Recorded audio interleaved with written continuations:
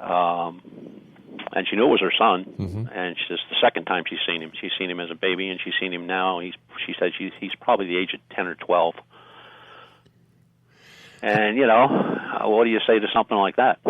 Well, these people who have the abduction experiences, have they had previous interest in UFOs, alien abductions? Are they science fiction buffs? How do you differentiate? That's one of the questions. Yeah.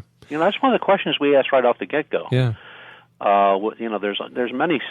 There's basically a protocol of how you get into talking with one of these folks. And a lot of things is, bring it up just like you said. Yeah. Are they interested in science fiction? Do they read this book? Did they read that book? Do they watch movies? Are they science fiction buffs? Are they Star Trek fans? Yeah. That kind of stuff.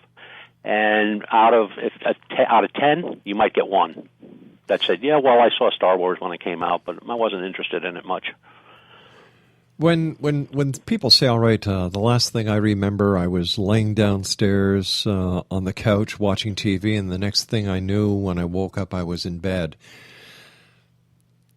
That alone doesn't seem like that's so unusual. So where do you draw the line between just being so tired you can't remember walking to the bedroom and slipping into your bed to an alien abduction? When they tell me their pajamas are on backwards. Well, geez, once again, I really can't give that credibility to an alien abduction in itself. No. Usually there's marks. Really? There are scoop marks usually in the thigh area. There are, I'm going to call them fingerprints for lack of a better word. There are like 3 marks on the arms, like you would hold somebody down, like right. you were going to pin somebody down, and you put a hand on each shoulder. There are scratch marks on the inner thighs. There's fresh blood on a pillow. There's a bloody nose, blood from the ear. Puncture wounds that weren't there, black and blue marks that weren't there. That day, right. And, the person doesn't work, didn't go anywhere, didn't fall down the steps or anything, yet they look like they went through a half a battle. And they produce pictures, and they've shown the wounds. I've seen them. It's Dr. Lear. I mean, he watch any of his stuff, and, you can see the same things.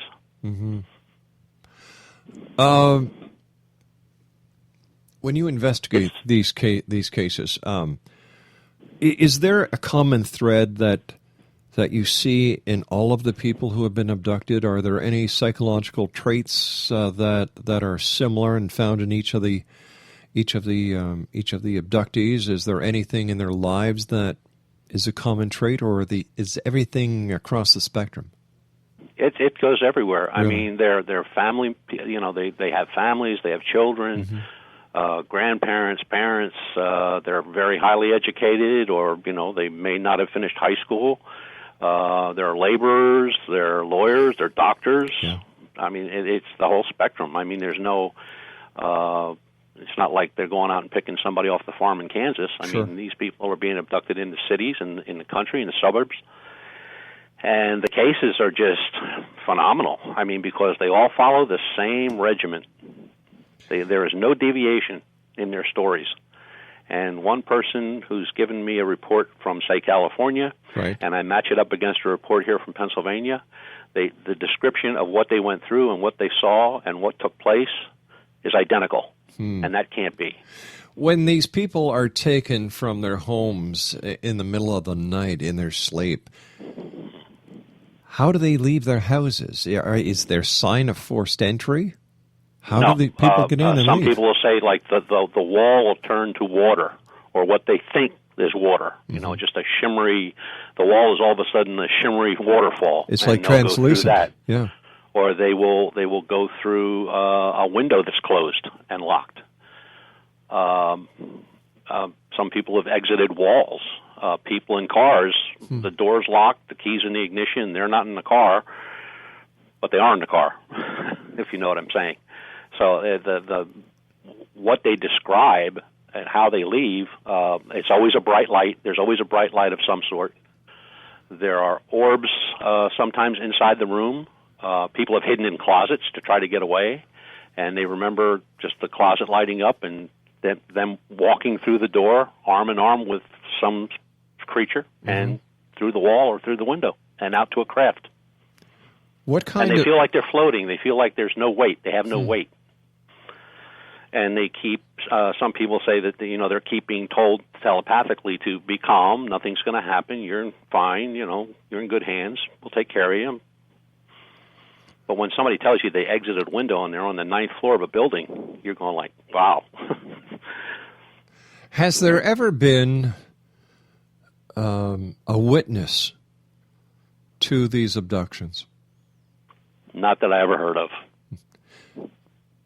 How do we explain? You would think somebody sleeping next to their husband in the same bed, and they're abducted, and he doesn't wake up, and he doesn't know of anything that happened over the night, but yet the person aside of him is showing signs of an abduction, of blood or marks or bruises or scratches or whatever. But the husband never woke up. Same bed. It also seems amazing to me that if a person is on the 9th floor of an apartment building and they are taken out of their apartment unit through a wall or a window, that nobody sees a craft, nobody sees this event happening. Now, there are reports of crafts being spotted. Okay. But the crafts that are spotted aren't there for very long. They're the one case that sticks in my mind is it was over a residential development, like condos, and one guy reported seeing a craft high in the sky, and all of a sudden it was low in the sky, and next thing you know, he said it was just a couple hundred feet above a row of houses. And then it was a short time later that the addresses coincided with the report and the report of an abduction. Amazing. And he said it was there and it was gone. It was there and it was gone. Mm-hmm. How do you explain it, Butch? Oh, I don't. I've read so many of these cases now, and I'm reading. You think everyone would have something. You're always looking for that little something. There's got to be something there that puts you in the right direction. Unfortunately, like I said, the cases are all the same. I mean, there's very little deviation, maybe in the wording or how they're describing something, but when you look at the thing as a whole and you set these reports side by side, you're going like, this is the same thing. I mean, they enter the craft the same way. They describe the craft in the same manner. Now, if I heard that from somebody that was a Star Wars fanatic and they went to Comic-Con and all that kind of stuff, I'd give it a second thought. Sure. But when you're talking to somebody that's in their 70s and they're relating something back from their 20s or when they were teenagers, and it's matching stuff that happened today. Food for thought. Yeah. All right, Butch, stand by. You and I have to take our news break at the bottom of the hour. Exo Nation, Butch Witkowski and I will be back on the other side of the news. His website is www.paufosearch.com.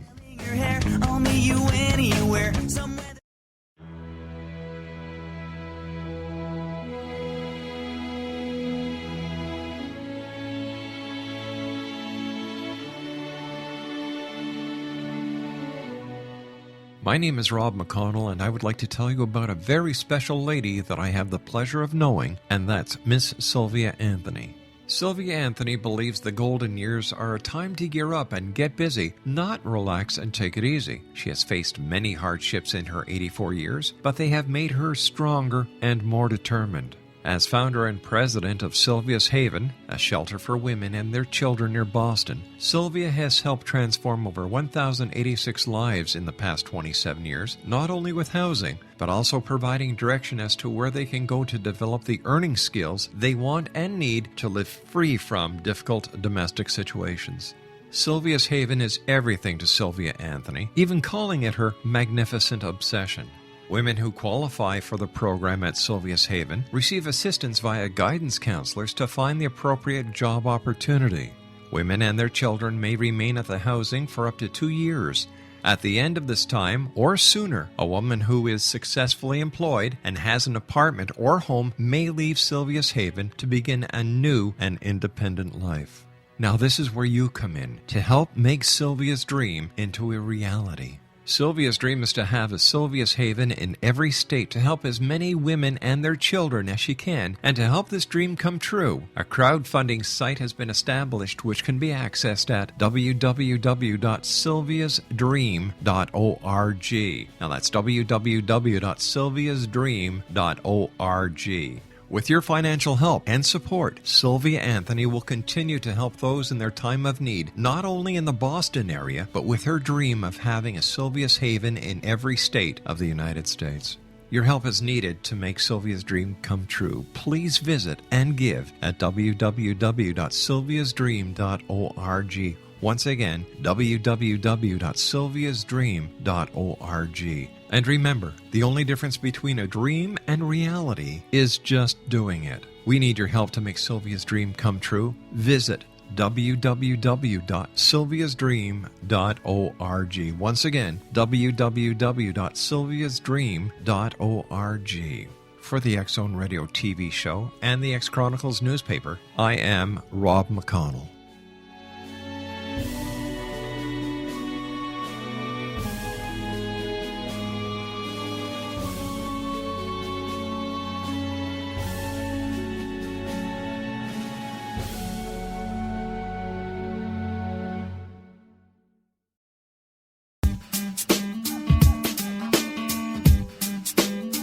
You're listening to the X Zone Radio Show, live and around the world on the Talkstar Radio Network, X Zone Broadcast Network, UK High Definition Radio, Euro High Definition Radio, and Star Cable. Our toll-free telephone number worldwide is 1-800-610-7035. Our email address, xzone@xzoneradiotv.com. On MSN Messenger, xzoneradiotv@hotmail.com. And our website, www.xzoneradiotv.com.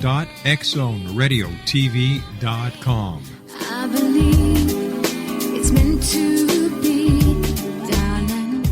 I watch you.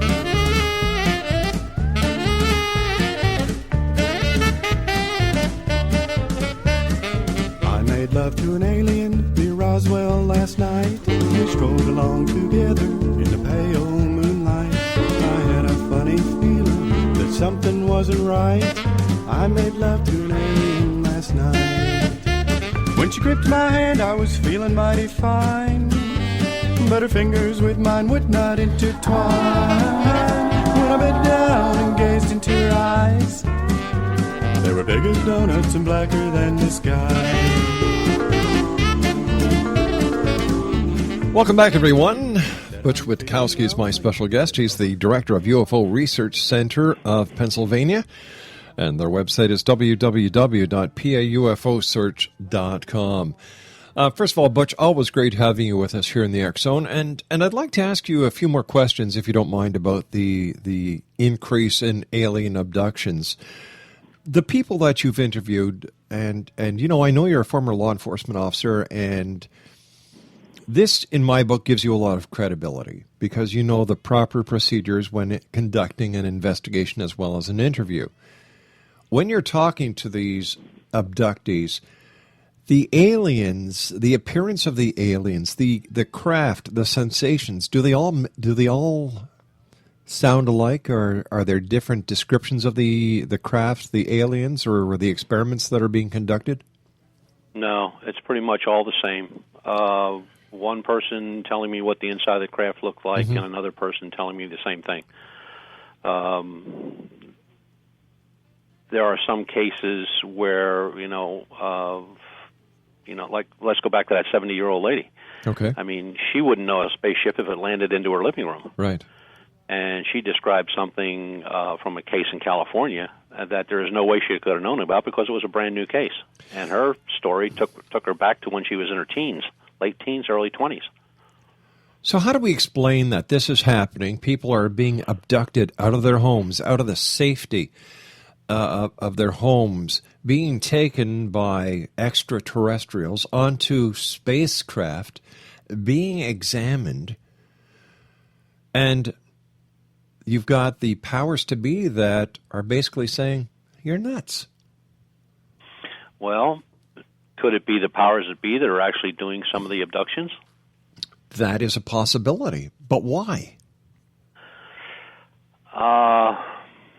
never figure out the government, but